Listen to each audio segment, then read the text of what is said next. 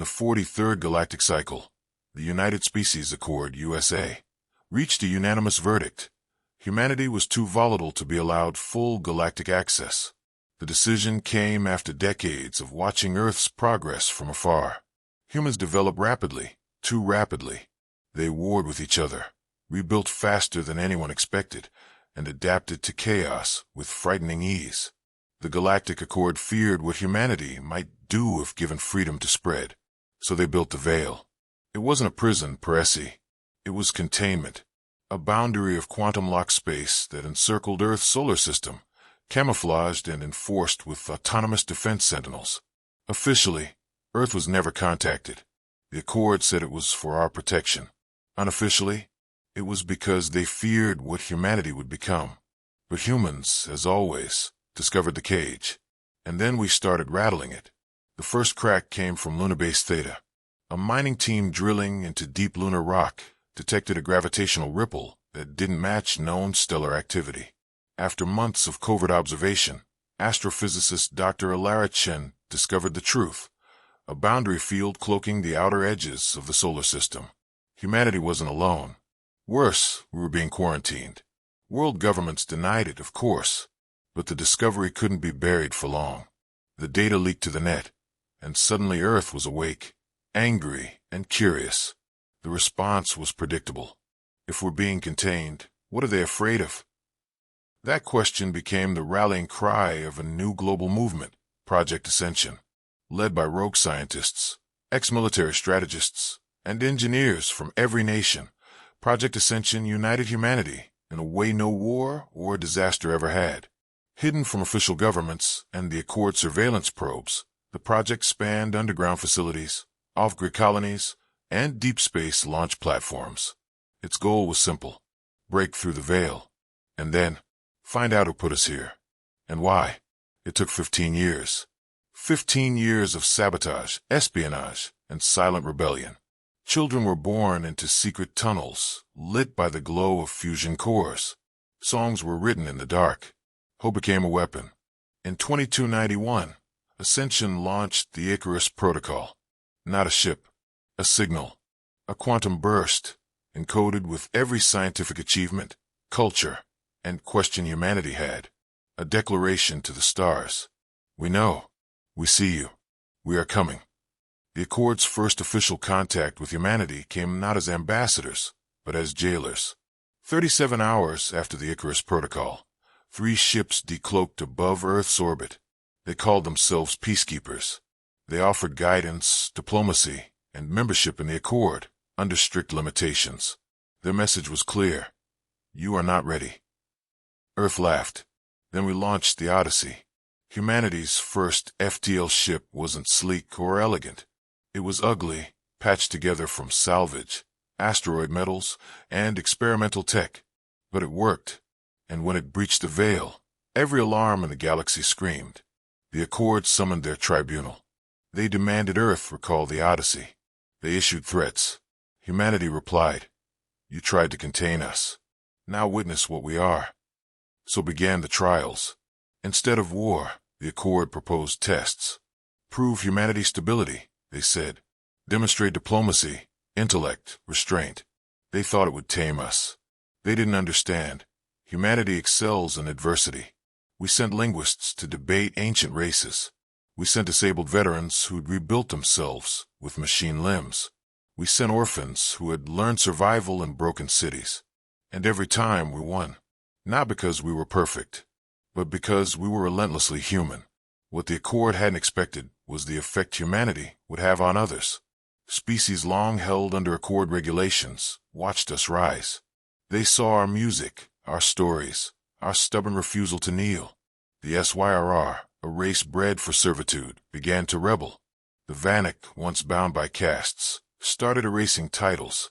The Polari burned their Accord compacts and swore loyalty to Earth. Humanity wasn't just escaping the cage. We were burning the entire system down. The Accord grew desperate. They tried to delete the Galactic Archive before humans could access it. Inside were truths, extinct races they let die, wars they started, crimes buried beneath stars. We couldn't let that happen. A coalition of humans and liberated species launched a siege on Archive Station Theta. The Accord unleashed their AIs. We unleashed us. Sleep-deprived engineers hacked alien code in minutes. Veterans guided zero-G infantry through corridors filled with plasma. A teenage girl in a wheelchair cracked the final firewall using a VR headset and jazz music. We got the files. The galaxy would never see the Accord the same way again. At last, the Accord was forced to hold a galaxy-wide referendum. Should humanity lead the Reformation? The vote passed. Not just barely, overwhelmingly, even among Accord species. Because in humanity, they saw something terrifying and beautiful. A species that didn't want to dominate. We just refused to be caged. And in doing so, we taught the galaxy how to stand. The aftermath of the vote was chaos. Some Accord elites refused to step down. Armed rebellions broke out across neutral zones. The liberated species turned their fury on their old masters. Earth, suddenly a symbol of uprising, was asked to send peacekeepers, not conquerors, but examples. The first peace envoys were not soldiers. They were teachers, doctors, artists, engineers. They shared everything: blueprints, history, cures, and above all, stories. And with every new story, every human face, the galaxy saw itself reflected in our struggle. In the ruins of the old Accord, a new alliance formed, the Consortium of Free Species. Built not on dominance, but on cooperation, on shared scars, on the idea that no species, no matter how different, should be silenced. Earth wasn't its leader, but we were its heart. Our ambassadors no longer hid behind protocol. They laughed, cried, failed publicly, and by doing so, showed the galaxy that vulnerability is not weakness. Now the veil is gone. In its place, beacons lighting safe paths to the stars. Human ships move freely among hundreds of systems, not as rulers, as friends, allies, and sometimes troublemakers. The galaxy remembers what we were, but more importantly, they watch what we are becoming. They tried to contain us, and all they did was give us something to break through. That's when we unleashed humanity. The stars had changed. Not physically, of course. The constellations were the same. The pulsars still spun. The void still stretched infinite. But the feeling had changed. The galaxy no longer saw the night sky as a cage or a cold, ordered chart. It saw possibility. Earth had risen. The Accord had fallen. But peace was not a guarantee. The Consortium of Free Species was young, hopeful, but fragile. It was into this uncertain future that Envoy Commander Juno Hara stepped. Aboard the Unity, Earth's first official diplomatic vessel under the Consortium Charter, Juno carried with her the burden of legacy. She wasn't a soldier, not anymore. She was a negotiator, teacher, a symbol. Their destination, the Relic's Drift, an independent star system untouched by the Accord.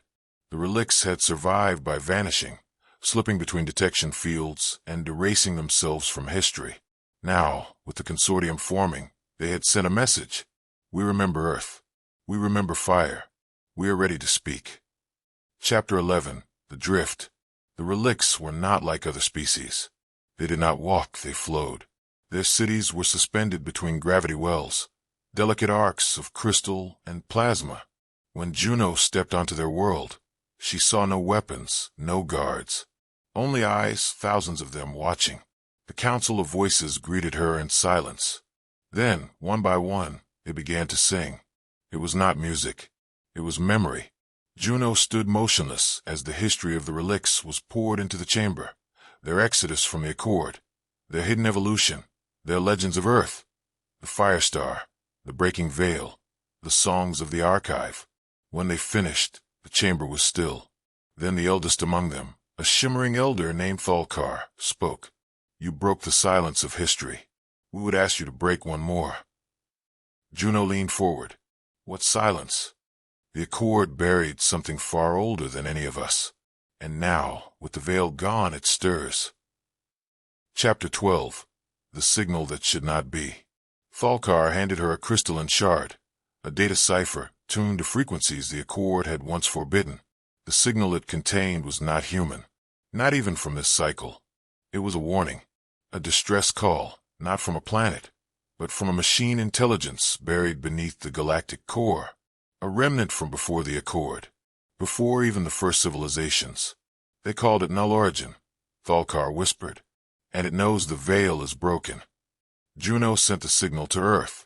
The response was immediate. Project Aegis was reactivated. The veil hadn't just kept the galaxy safe from us. It had kept something else locked away. Now that door was open, and once again, it would be up to humanity to face what waited in the dark. To be continued. Collision, they tried to cage us. We burned the galaxy's rulebook instead. If this story lit a fire in you, like, subscribe, and join us for the next chapter as humanity faces what the galaxy buried deep in the dark. Hit the bell so you don't miss the sequel. Echoes Beyond the Veil. Drop a comment. What would humanity unleash next? The stars are watching. Let's show them what we're made of.